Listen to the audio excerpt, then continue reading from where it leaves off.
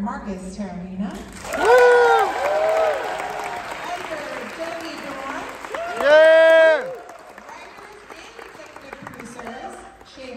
And Kurt Johnston. Yeah! Producer Wesley Collar. Producer Jen Snyder. Woo!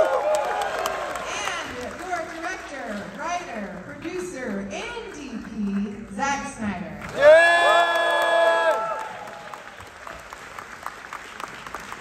Look at this. We're overhydrated. We got lots of water on. It's impossible. Mr. Snyder, do you ever consider not doing all the jobs?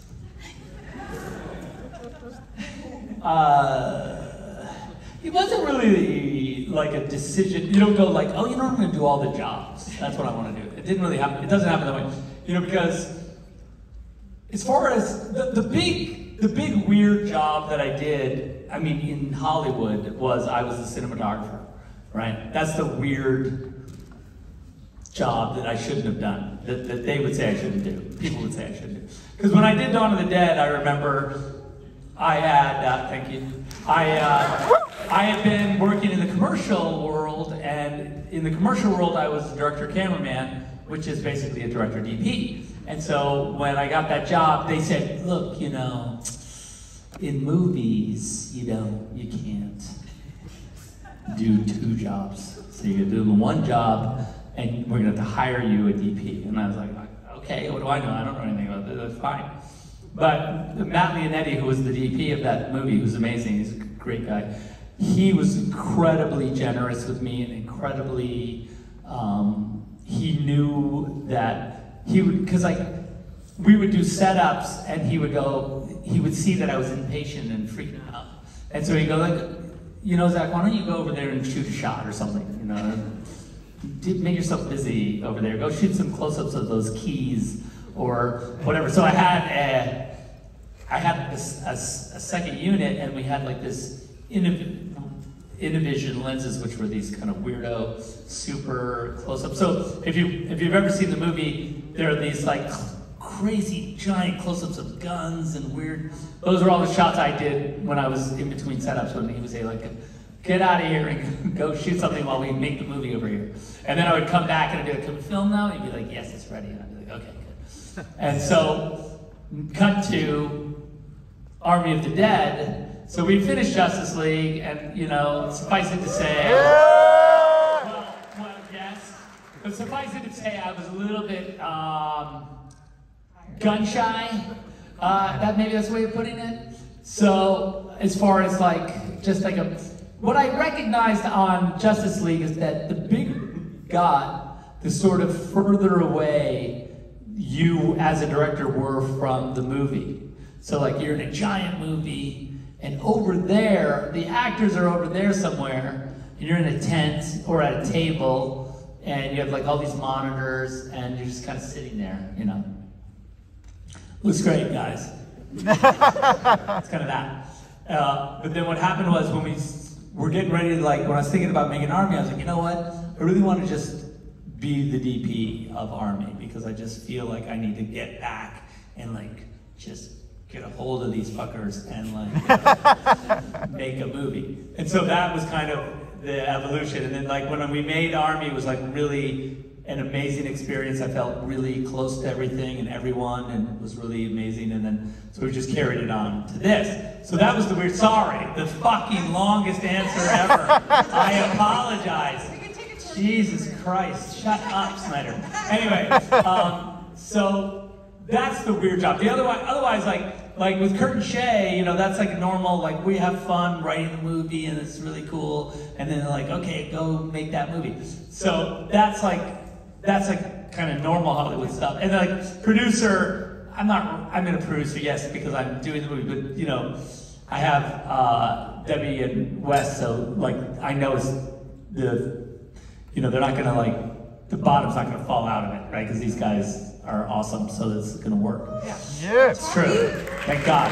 Zeroing back in on this wonderful chapter we all just watched, this can be for everyone. Can you kind of talk to us about, because this is a unique situation in that two films were filmed at the same time, can you talk about kind of if You guys were on it for the whole time. When did you guys come in? Basically hanging out with us for about the last 5 years, I think, maybe longer. It's coming Right, about, when did Army start? It's coming about 3 years. It's like For it's this movie. 3 years. But then, but starting with Army, because you didn't really have a break between this and Army, not that big of a break. It's 5 or 6, I think. Yeah, so anyway, yeah, so it's like, you know, so Okay. they were always, we were For talking me, about it's been 15 years. Yeah, sorry. I mean, yes. Some Maybe people more actually than others. maybe 20 years, because this idea has been kicking around for so long, and it was a germ of an idea, and then Zach and Kurt would talk about some things, and then it was a video game at one point,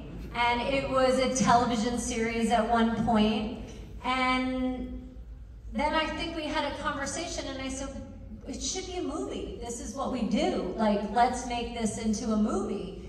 And then we started developing it into a movie. But it was always something, the idea that Zach and I, listen, when you're a producer, director, husband and wife, like, you're always talking about the things you're passionate about, the movies you're making, the projects you want to make. So we had been talking about it for years and years and years.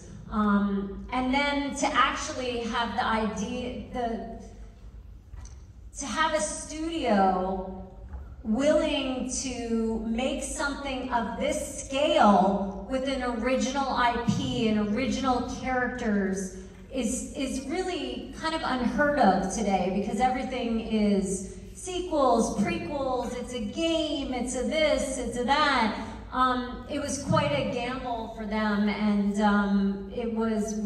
we are so grateful to be able to have the opportunity to be able to make it, and then to make 2 of them at the same time. That's actually unheard of too. So can you guys kind of walk us through, producer, yes, you can applaud. Great group up here.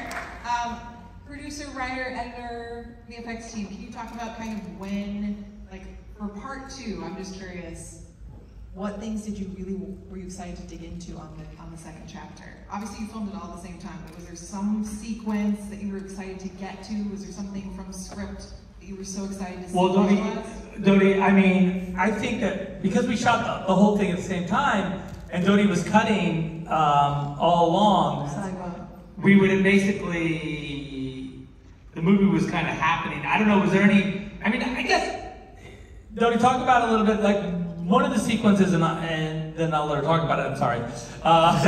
One of the sequences is like, I think we showed the crew, like near the end of the movie, we showed the crew the scene where Sam gives the banners to everybody, and and I think it was Harvest? It was when we were shooting. Yeah, we were still shooting. In the middle of shooting, yeah, about 2/3 of the way through. Yes. It's like a sizzle reel. We call it the silver bullet. Yeah, silver bullet, to like make everybody get psyched up because it was a long shoot. They were all ready to probably quit or whatever. So we were like, look at how cool this was. And so I remember like we sat and talked about, and so that was still 2022. We're cutting scenes for the harvest, and so that's right. I mean, we just cut. I mean, I cut everything as quickly as soon as it was shot. I would cut it, and I something I do with Zach that I don't do with every director is I send him the roughest version of the scene. Meaning the next morning he'll get a cut, and he might still be working on that scene, and he'll. I kind of like, I would say, but like, so what Jared would do for me a lot of times, because when I ask him to draw the sequence, he'd be like, okay, fine, I'll draw a sequence for you. I don't want to. I want to draw these cool paintings, is what he does. So like, I'll say like, oh, it would really be cool if I really want to like get excited about this scene, and we'll talk about it, and then Jared will knock a painting up that is fucking crazy, and then I'm like, okay, I want to make a movie now. And so I think he's back there, and he's a genius, and thank you, Jared.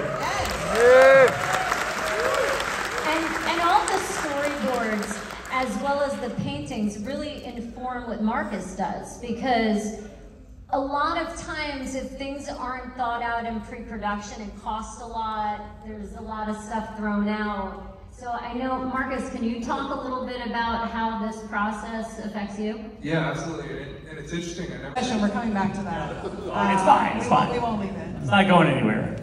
But by the way, the storyboards really inform all the other departments, and it's really interesting because the people on our crew that have done multiple movies with Zack really realize that they're literally the shot, down to the lensing, down to if there's a ladder in this.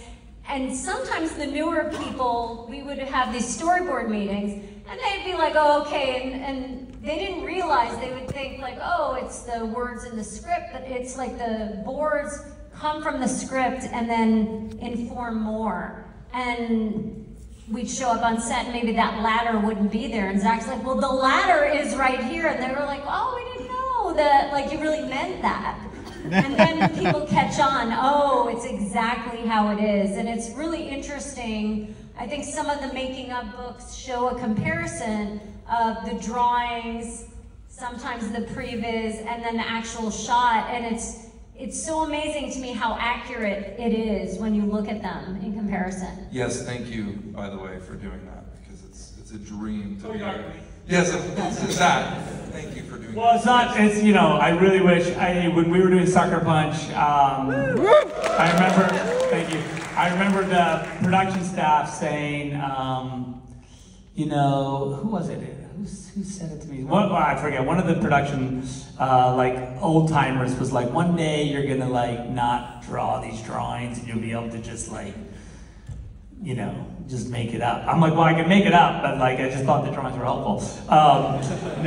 But like, I can't, it's funny, because like, the more, like when you try not to do the drawings, you just, it's one time, really what it is just a chance to make the movie one time first. So you like kind of do the movie, you think about it as if you were shooting, you're like, oh, camera could be here, and the door's over there, so they'll come through, and then we'll be on this side. And then you do that work so that on the day, you already have done it once, it's like a rehearsal, then you can kind of do it quicker or better, or I don't know, whatever. But the truth is, it's really just as a tool, it's nothing more than that, and it helps, it just helps me make the movie. And I think that if there's young filmmakers out there, you're gonna have your own thing that maybe isn't storyboards that helps you, but I do suggest that you find a tool that allows you to sort of visualize the film before you make it, because when you get on set, having to be one beat ahead of everybody is important, because there's going to be a million questions and a million things you need to figure out, and that step does give you a leg up on everybody, and that's important. Can I ask? Especially because you draw the. What's wrong? And they're like, well, these rodents are coming at night and they're eating all the wheat, and they're thinking, like, it's like a huge problem. And we're like, well, what do you mean? Can we stop them? They're like, we can't find. We don't know where they are. They're like, they're these like magical rodents that come out of the darkness and just start eating the wheat. And so we were, I was just like, really? Like, this is a thing we have to figure out now, is like how to stop these rodents from eating our wheat before. I like really feel like, it's like Debbie sounded like a farmer too. She's like, it was a cold spring. You know, it's like this. Okay, this cool. We had a box of wheat at our house that we had a measuring stick, and we were seeing how far it would grow, and I go, well, I feel like you're giving this wheat a lot more love than the wheat in the field, so maybe it's I was, by the sooner. way. I had this big box of wheat at the house, in the front of the house, and I had like a yardstick, and I would water it, and I'd be like, the wheat's looking amazing! And I go, how's the wheat up at the location? Because my wheat's amazing, and they'd be like, no, the rodents are getting it. And I was like, oh God. Well, I'm like, I don't have any rodents here, so it's... By the way, when we finally got to shooting it, I think everyone took a deep breath, except there was rattlesnakes then that were in the wheat. So we had 3 rattlesnake wranglers that had to go through the wheat before it was safe to put actors or our camera crew in the wheat. Or Zack. Or Zack, Almost yeah. got one. So the wheat was a struggle, so I hope you enjoyed But it was seeing super how fun. beautiful By the it was. way, it was so fun to shoot all those wheat harvesting sequences. I think the first cut we had of the wheat was like 40 minutes, wasn't it? 40 minutes. 40 minutes of just harvesting. Big question, what what happened to the weed? What happened afterwards? Well, we fed it to the cows. It got, yeah, We made some beer out of it too. Yeah! Rebel Moon beer. Which is all gone. Oh, that is fun. Yeah. Yeah, sorry about that. You speak of your cast, who also kind of learned how to harvest for film and do all that kind of stuff. We do have a cast member here tonight. Elise, what? Where is she? Not to put you on the spot.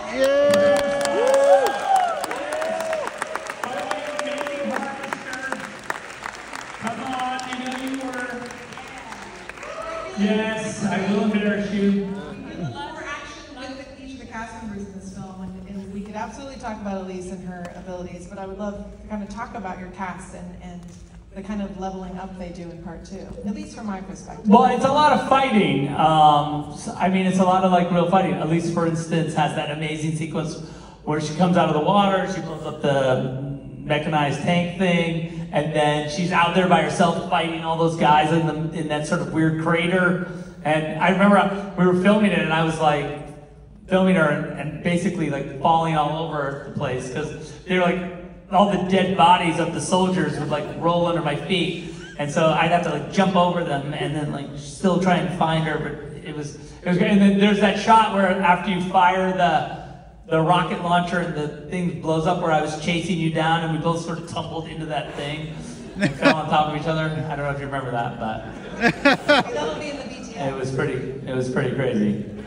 So yes, there was a lot of leveling up of. A lot of dirt in our ears, as I recall. I think emotionally, there's a lot of leveling up in terms of the heavy lifting that's done into the performances, in my opinion, are great across both films, but I think that the stories of redemption, the stakes get higher as we get deeper into the second movie there, and I'm always blown away each time we watch it with just how invested I am in those characters and those arcs, and we couldn't have been more lucky to have the group of actors that we did that not only delivered on screen, but also we had a lot of fun shooting the movie. You know, it was a long shoot, and it was long hard. day. It was hot, and everybody showed up and just worked together and worked really hard to accomplish something that we're super proud of.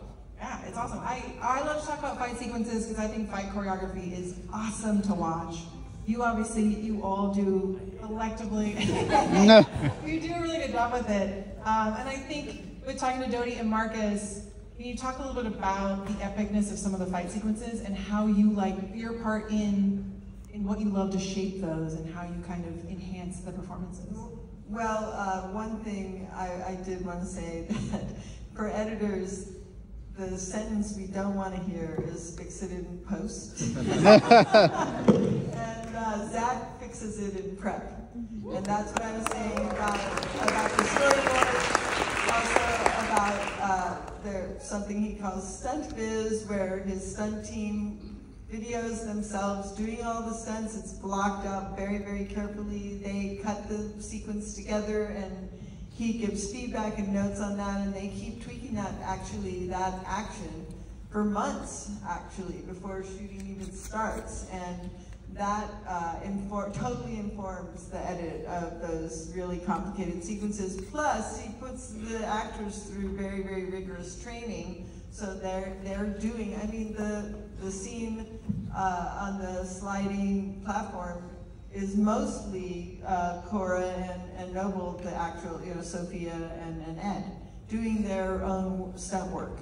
So it's very rare that a stunt don't get fully around to get the second guy, but this guy sells so well that they're able to actually move through to the third guy that they can get again. So thank God for and also the stunt performers know the choreography. So in the rehearsal for the cameras and everything, the double would do the fighting and then really be able to work with the actors to say like, okay, so it's this guy and it's this guy. Remember we talked about, and then really kind of help shape what they're going to do when the cameras roll on them. Because I do favor actor action only because I tend to like to shoot kind of closer and a little bit wider, and so it ends up, it's difficult to cover with a double, just because the camera's like, you know, like that. And so you end up having to, you know, there's just no way around it. And early in my career, I just found that I was sort of asking the actors to do it, and without really considering whether or not that was a thing that I should be doing. And it's worked out over the course of the movies that I've really had a huge amount of luck with amazingly talented athlete actors that have done incredible, amazing. There's this one shot in Sucker Punch where Abby Cornish has like this long fight scene down this trench where she's killing these like World War I sort of steampunk zombie Nazis. And she's fighting her way all the way to the end of the take. And at the very end of the take, she has to do this mag change. And I was like, it's really tricky, because if she fucks up the mag change, the whole shot is like screwed, because then we have to do it again. And I remember her just like thumbing the mag and like slamming the mag back in and racking it and going. And I was just like, you are an animal, like this is like so awesome. And I think that that experience for me has been just sort of duplicated over and over by all these amazing, whether it be Jaimin on the bridge, you know, Sophia like blew my mind every day. She's beyond. And I've been so blessed, and I really couldn't be more grateful to these amazing actors for what they've done. For Marcus, can you point to something? I assume we're all going to watch this again, yeah? Yeah. Whoa. Well, remember the TV that you're going to have set up. So April 19th. There's going to be that. You're just going to be able to refer to it. Like if I call you, you'll be like, oh, hang on. Oh, it's the part where Noble's getting his... Right, yeah, hang on. Yeah, no, he's getting his killed right now. Okay, good. What I want maybe all of you to do too is, starting with Marcus, is there something you would love to kind of point to that when we see it again in some of your amazing work? Look for something. Yeah, to like keep our eyes out. That's something you're really proud of, and how the effects turned out, or something that maybe looks easy was really challenging. Because I think some of you are VFX artists, I'm sure, in here, but I have such an appreciation for it, but I know all the hours, so if you want to point to something. One of the favorite sequences is actually when Cora and Noble are on the, falling dreadnought all the way through the interior, because that was probably half the size of the stage, and it was just, all we did was just level it up, 30 degrees, 45 degrees, so we maximized that throughout that entire sequence. It's just very small action. It's great action. Yeah, we kept sliding on the same piece over and over. Back up, slide back down, back up. So that one I'm pretty proud of, and of course all the artists around the world that worked on it. It's a fantastic sequence. But I think the whole final battle, it's about 45 minutes of continuous action, and all those parallel montages, going back to what we were talking about earlier, you get the great performances, or Santine amazing, you get the great action from everybody. I gotta fill in the gaps later on. So my job is to basically, when I don't have to worry about the performances and they're just there, then I just gotta make it visually pleasing. So the final battle was one that was tough because there were so many elements and so many montages that we had to keep interesting visually. That whole little snippet of 45 minutes is pretty awesome too. Yeah, that little... I would say minutes really, if you're gonna boil it. If you're gonna boil it non-answer for sure. If you only watch one part, that's that 45 minutes really. This 45-minute challenge. That's cool. That's like a really small thing to check out. You mentioned some director's cuts, right? Yeah! Things that didn't make these parts 1 and 2. I'm just wondering, what can we... I knew that princess was alive, by the way. I knew she was not going to be dead. Can you tee up some... Well, go ahead, baby. What were you going to say? I'm going to say something. Yeah. We are working on them now, right? So yesterday, we had the mix for part 1, the director's cut.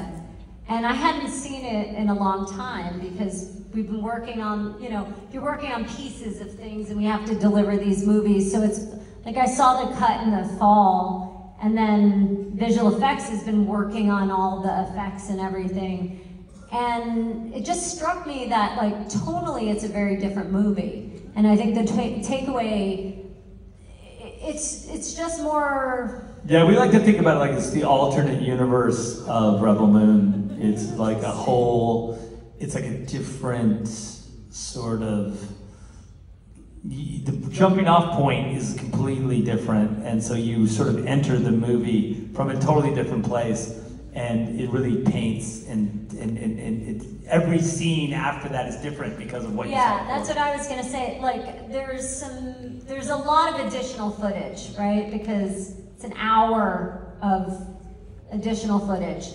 And just in movie 1. And by the way, and then another hour in movie 2. I have to give Netflix so much credit because they knew that you guys all look for Zack's cut. They know that Zack is known for his cuts, right? Yeah. And they were like, we don't just want it to be deleted scenes, and we don't want you to be mad at the PG-13, and like, so let's plan this and let's do it right, and we can have a cut that my kids can see, and a cut that is really great.